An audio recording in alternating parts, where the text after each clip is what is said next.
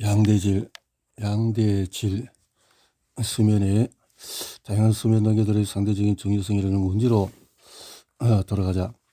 깊은 잠이라 렘 수면 단계에서 깨어난다면 7에서 8시간 꼬박 잔다고 해도 잠을 덜 잔 듯한 기분을 느낄 수 있다. 완전히 깰 때마다 처음으로 돌아가서 주기를 다시 시작해야 하므로 깊은 잠의 양이 줄어들기 때문이다. 수면과 건강 사이의 연관성을 조사한 두 연구에서는 수면의 질이 양보다도 기분, 피곤, 우울증 같은 것들과 더 강하게 연관되어 있다고 나왔다.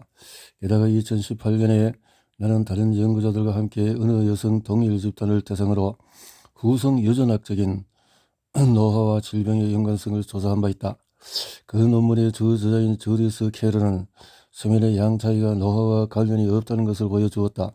평균 5시간 잔다고 한 사람이나 9시간 잔다고 한 사람이나 후성 유전학적인 노화 수준은 비슷한 듯하다. 그러나 캐럴이 불면증 증후군이라고 정의한 것들 쪽에서는 중요한 차이점들이 관찰되었다. 이 증후군은 시히 잠들지 못하고 밤에 자주 깨고 다시 잠에 들기가 어렵고 일찍 깨는 것 같은 경험들을 말한다. 이런 문제들을 더 많이 겪고 있다고 말한 여성일수록 숫자 나이가 얼마이든지 간에 후성 유전학적으로 더 노화한 듯했다. 게다가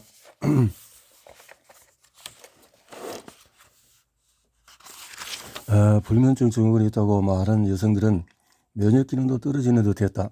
여기서 조심해야 할 것이 한 가지 있는데 수면 시간과 건강 사이의 관계와 마찬가지로 우리는 이 연구에서 수면 질환이 노화를 가속시키는 원인인지 아니면 가속된 노화가 수면을 방해하는 것인지 결론을 내릴 수가 없었다. 사실 수면 장애가 체내 시계의 결혼을 알리는 것일 수 있다는 점을 생각하면 과학적으로 볼 때의 후자가 더 이치에 맞는다. 우리 각자의 몸에는 체내 시계가 있다. 하루 조기 리듬이라고 하는 것은 다양한 생리학적인 기능의 주기적인 양상을 조절하는 중요한 역할을 한다. 이 시계는 우리 몸이 시간을 지키는 방식이다. 하루 조기 리듬은 수면과 각성, 하루의 호르몬 분비 양상, 체온 변화, 세포의 재생과 회전율, 더 나아가서 대사 과정들까지 다양한 것들을 조절하는 24시간 시계다. 이 생물학적인 시계가 몸의 거의 모든 생리학적인 기능에 그렇게 전반적으로 관여하기 때문에 이 주기의 결함은 심각한 건강 문제를 일으킬 수 있다. 다른 동물들, 미생물, 심지어 식물에 이르기까지 거의 모든 생물에서 비슷한 하루 주기 리듬이 작동한다고 여겨진다.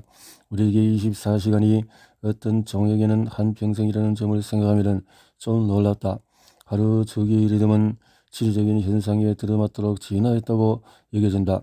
지구 운동에 따라서 나타나는 환경 변화, 주로 빛의 변화에 맞추어져 있기 때문이다. 기본적으로 생명 시스템은 시간을 지구 자전의 함수로서 추적하는 놀라운 기술을 진화시켰다. 톱니바퀴, 태엽, 스프링을 써서 시간을 재는 기계식 시계와 대조적으로 생물학적인 시계는 특정한 유전자들의 발현 양상의 주기적인 변화를 통해서 조절이 된다. 이 시계의 핵심을 이루는 것은 두 유전자다. 하나는 하루 주기 운동 출력 주기 중단이라는 뜻의 클럭, 또 하나는 BMAL1이다. 이 두 유전자의 발현은 후성 전체에 미치는 영향을 통해서 하루 주기 리듬에서 관찰되는 주기적인 변화를 계속 일으킨다. 이 인자들은 후성 유전적인 경관을 변화시킴으로써 다양한 유전자들의 접근 가능성을 바꾸어서 유전자들을 켜거나 끄는 식으로 하루 주기 리듬에서 관찰되는 주기적인 변화를 일으킨다. 이 과정의 중요한 역할을 또 다른 유전자는 SIRT1이다. 이 점은 주목할 만한데 SIRT1이 SIRT2의 인간판이기 때문이다. 앞서 말했듯이 1990년 레너드 구어렌트는 두 젊은 연구자인 케벌린과 맥베이와 함께 SIRT2의 과잉 발현이 항노화 메커니즘이며 혐오의 수명을 20% 늘릴 수 있음을 보여주었다. 같은 시기에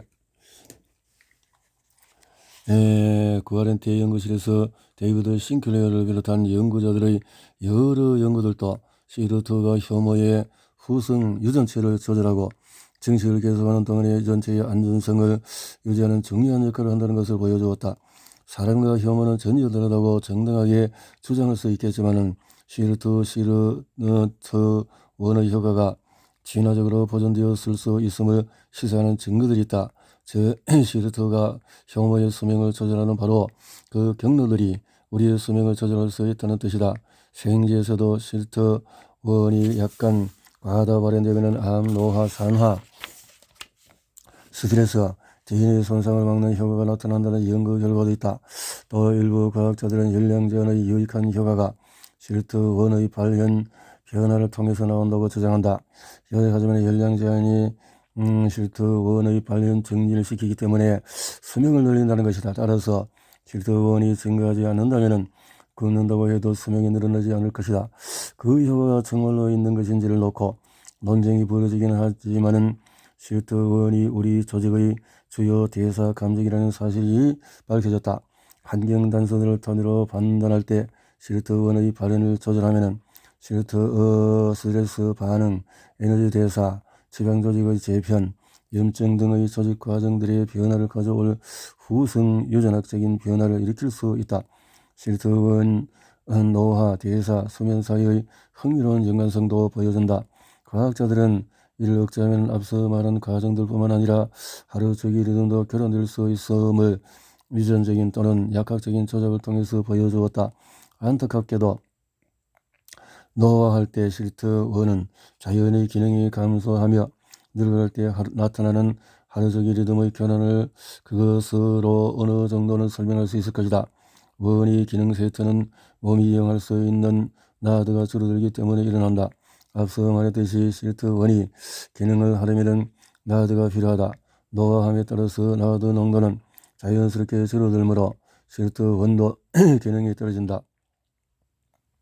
2013년 코아렌테 연구진은 생쥐 내에서 노화에 따른 나드 의존성 시르트 원의 활성 감소가 하루주기 리듬을 더 늘린다는 것을 보여주었다. 생쥐는 낮과 밤의 활동 패턴도 엉망이 되었고 빛과 어둠의 주기 변화에도 잘 적응하지 못했다. 그러나 다행히도 늙은 동물에서 시르트는 과다 발현시킴으로써 이런 노화 관련 효과들을 상쇄할 수 있다는 것이 드러났다. 시르트 원은 하루주기 리듬에 영향을 미치고 하루주기 유전자들의 발현은 나드 합성을 증가시키는 경로를 자극하는 듯하다. 이는 자연적인 노화, 수면장애, 어긋나는 취침 시간 때문에 이 경로에 결함이 생길 때 어떻게 건강에 눈덩이 효과가 일어날 수 있는지를 보여주는 사례이다. 야간 근무조 사람들의 몸에서 나타나는 일들은 이 점을 더 명확히 보여주는 사례다. 현대사회에서는 밤에 일하고 낮에 잠을 청하는 이들이 드물지 않다. 안타깝게도 이런 생활은 우리 몸이 본래에 적응한 방식이 아니며 하루주기 리듬의 이런 결함은 건강에 안 좋은 영향을 미칠 수 있다. 한 무작위 대조 실험에서는 일주일 동안의 연구실에서 지낼 수 있는 젊은 성인들을 모집했다. 그리고 그들을 무작위로 두 집단으로 나뉜 뒤에 한쪽은 밤에 다른 쪽은 낮에 자도록 했다. 연구진은 3시간마다 참가자들의 피를 채취한 다음에 멜라토닌과 코르티솔 같은 호르몬뿐만 아니라 수백 가지 대사산물의 주기적인 패턴에 어떤 변화가 일어나는지 두 집단을 비교했다. 두 집단 모두 자연적으로 생기는 멜라토닌과 코르티솔의 주기적인 변동에는 아무런 변화도 일어나지 않았다. 이는 수면 주기가 12시간 어긋나서도 하루주기 체내의 시계는 변하지 않았음을 시사했다. 그러나 간, 췌장, 소화기와 관련이 있는 많은 대사산물들은 그렇지 않아서 모두 주기가 12시간 옮겨졌다. 그 결과 기관들마다도 생체 시기가 어긋나는 결과가 빚어졌다. 내가 밤이라는 신호를 보내고 있을 때에 몸은 낮이라는 신호를 보내고 있었다. 대사 과정과 신경계 과정의 이 어긋남은 야간 근무자가 비만과 당뇨병 같은 질환들에 더 잘 걸리곤 하는 이유를 설명해 줄지도 모른다. 그러니까 대사 과정과 신경계 과정의 어긋남이 야간 근무자가 더 잘 걸릴 수 있다라는 거죠. 체내 시계가 잘못되니까 대안은 존재하는가? 이런 이들의 수면 습관을 개선함으로써 건강을 증진시키려면 생활 습관을 완전히 바꿔야 한다. 안타깝게도 그런 대안을 받아들일 사정이 안 될 수도 있다. 하지만 근무 시간 변경 때문이 아니라 불면증이나 수면 장애로 고생하는 사람들이라면 택할 수 있는 대안이 있지 않을까? 식사법과 운동이 훨씬 더 우리가 통제할 수 있는 것처럼 느껴지는 반면에 수면은 가장 부지런하게 건강을 챙길 사람조차도 힘들어하는 영역이다. 때로는 잠을 자려고 애쓸수록 잠들기가 더 어려워지기도 한다. 또 잠이 들기 어려운 데다가 푹 자지도 못하는 바람에 더 괴로울 수도 있다. 그렇게 밤새 잠을 설치다가 상쾌하지 못한 아침을 맞이하는 것이 바로 수면의 질이 낮음을 보여주는 특징이다. 불면증에 시달리는 이들이 택할 수 있는 첫 번째 해결책은 판매되고 있는 수면 보조제들이며 멜라토닌은 그 중에서 가장 인기 있는 것에 속한다. 짧게 말하자면 멜라토닌은 약한 빛에 반응하여 뇌에서 분비되는 호르몬으로서 하루 종일 리듬의 조절을 돕는다. 멜라토닌 증가는 사실상 밤이 되었으니 몸의 긴장을 풀라고 뇌가 보내는 신호다. 빛 어두움 주기에 대한 이 자연스러운 반응은 많은 연구자와 의사가 잠자리에 들기 몇 시간 전부터 빛을 약하게 하고 화면 보는 시간을 줄이라고 권하는 이유 중에 하나이기도 하다. 바깥의 밝기 변화를 그대로 따른다면 몸은 올바른 하루 저기 반응을 더 잘 일으킬 수 있다. 여기에다가 먹거나 피부 패치를 통한 멜라토닌을 투여하면 이 신호 전달과 정을 더 강화할 수 있다. 밤에 자연적으로 멜라토닌 분비가 증가하는 양성을 흉내낼 수 있도록 호르몬이 혈액으로 들어가는 양을 조절하는 방식으로 투여하기도 한다. 그러나 이 해결책은 말처럼 단순하지가 않을 때가 많다. 우리 몸은 멜라토닌 보충제에 금방 적응할 수 있어서 그 효과는 비교적 짧은 기간에 떨어진다. 그렇게 이런 유형의 수면 보조제는 스트레스가 심하거나 비행기 비행 시차처럼 하루저기 시기가 심하게 결혼되었을 때처럼 이따금씩 사용하도록 권한다. 멜라토닌 보충제는 불면증의 만병통치약이 아니다. 독시라민과 디페닐 하이드라민 등 다른 수면 보조제들도 마찬가지다. 널리 쓰이는 이 두 수면 보조제는 진정 효과를 통해서 작용하는 항히스타민제다. 따라서 이튿날 온종일 목나간 상태에 놓이곤 한다.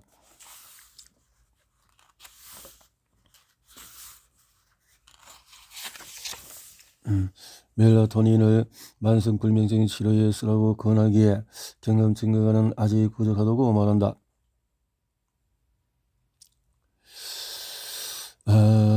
조사한 모든 수면 변수에서 개선될 결과가 나왔으며 청년층부터 노년층까지 통증, 만성질환 등 다양한 증상들에서 비롯된 불면증의 효과가 있다고 드러났다. 많은 이들이 CBT1과 같은 해결책을 이용하거든 보충제를 써서 수면 문제를 해결하려는 이유 중에 하나는 치료를 받으러 병원과 의원을 여기저기 돌아다니는 것보다 인터넷에서 $10짜리 알약 한 통을 주문하는 편이 훨씬 간편하다는 것이다.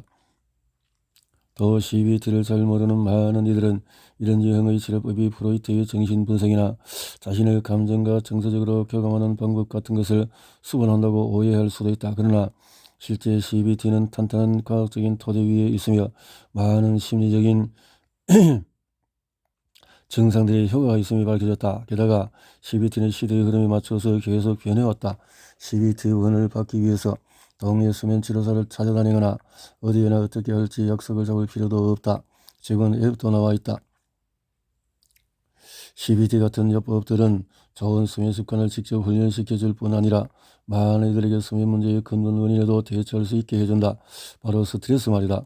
스트레스와 불면증의 관계는 최근 몇 년 사이에 유례없는 수준으로 뚜렷이 드러나왔다. 세계적인 코로나19 유행으로 일상생활이 변환됨에 따라서 잠이 들거나 잠을 푹 자기 힘들다고 토로하는 이들이 점점 늘어났다.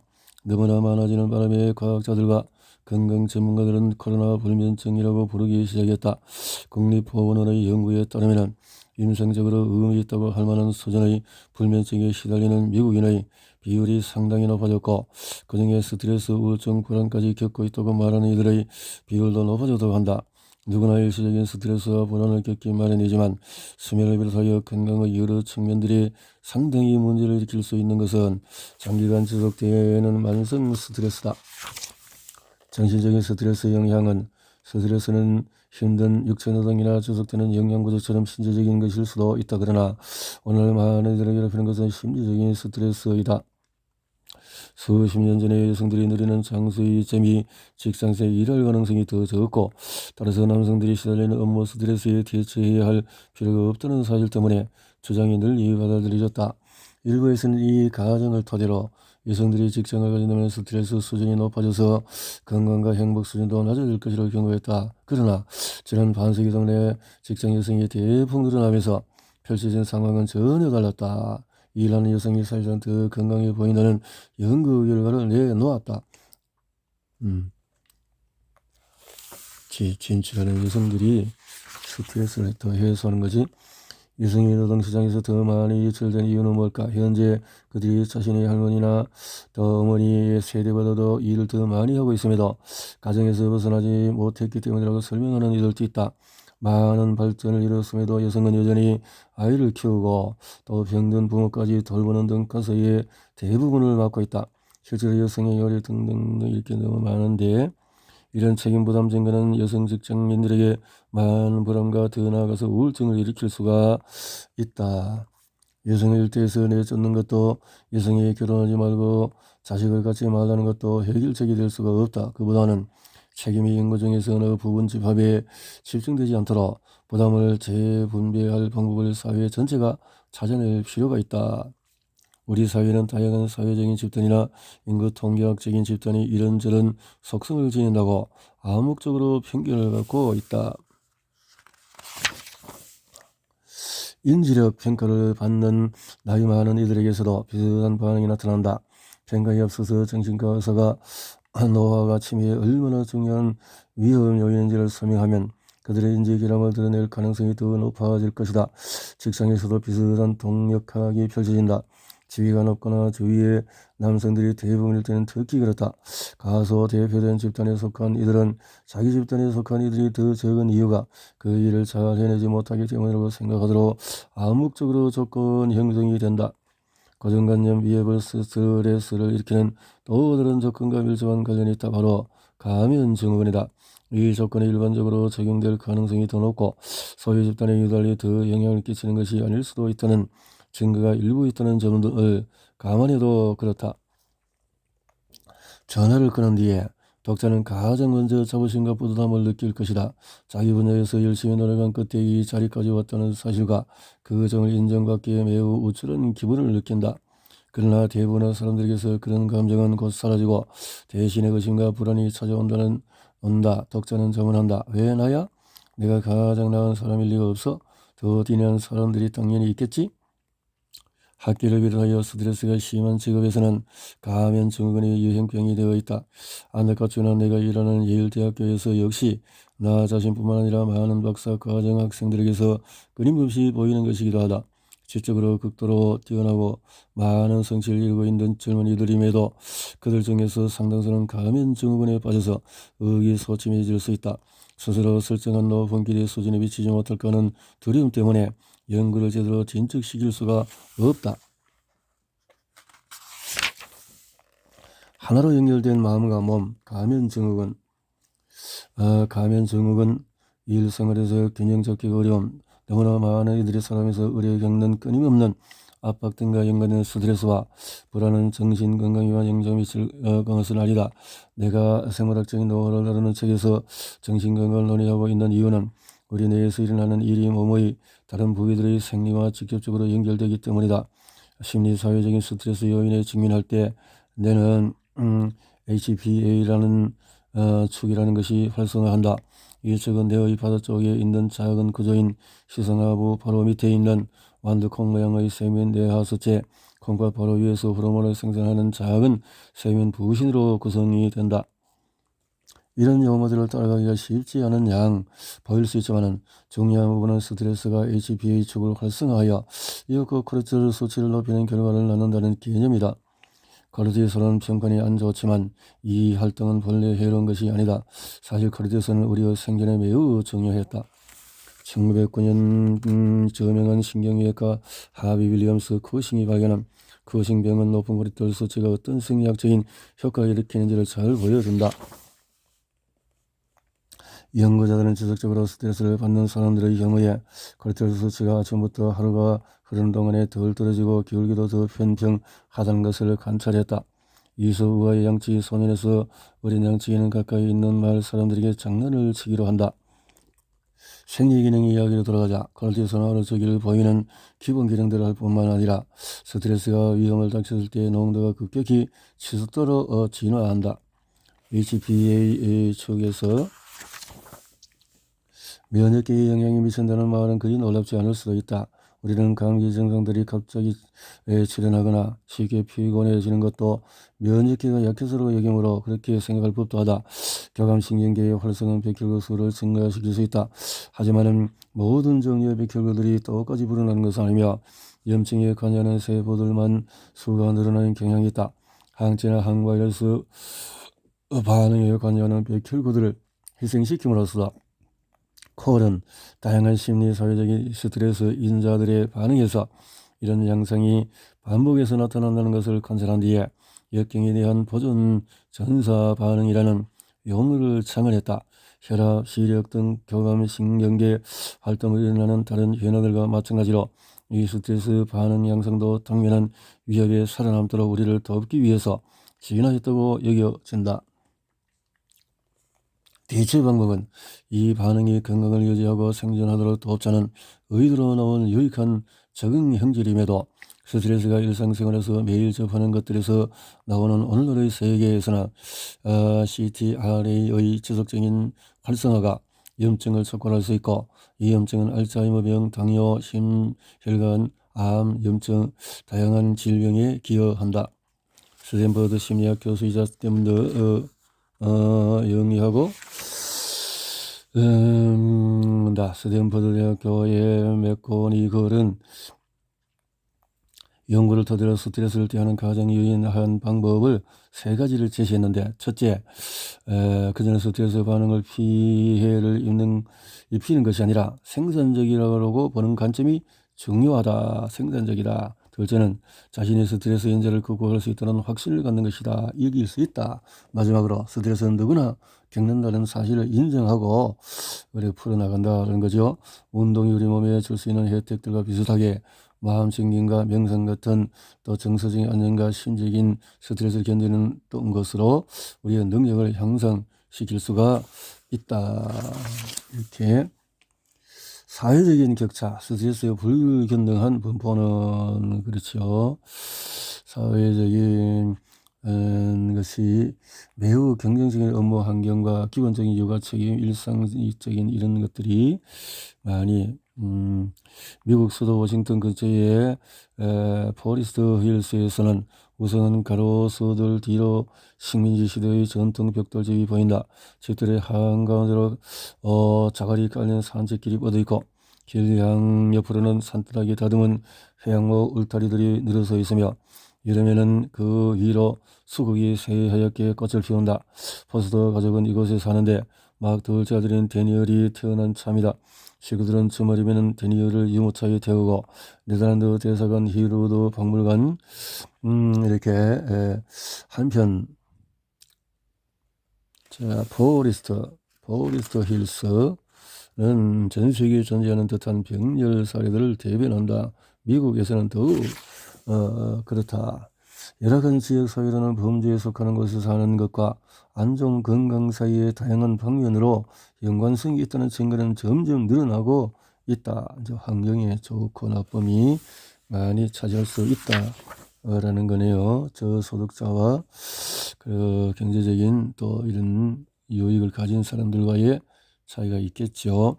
결정적인 시기는 발달 시기의 역경과 스트레스를 과학적으로 조사하는 이들은 결정적인 시기와 생물학적인 프로그래밍이라는 개념을 내놓았다. 결정적인 시기, 발달의 결정적인 시기에 부정적인 방향으로 후성 유전학적인 재프로그램이 일어나는 사례 중에서 가장 연구된 것은 2차 세계대전 때의 기근 겨울이다.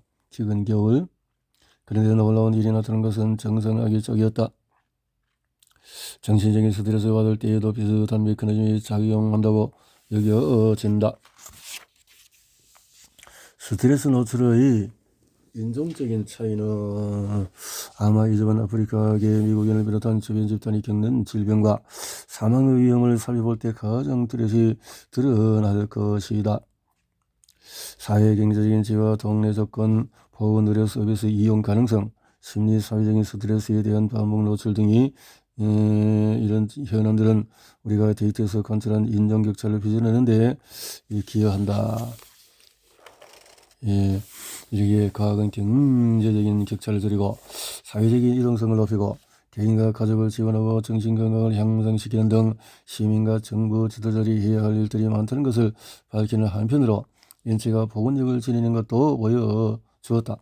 다시 말하자면 내가 이 장에서 기술한 수치와 통계는 대부분 집단 평균이나 일반화할 수 있는 패턴과 관련이 있다. 그러나 이 책은 개인화를 다루며 그렇게 연구 데이터를 이루는 값들에는 상당한 차이가 존재한다는 점을 명심할 필요가 있다.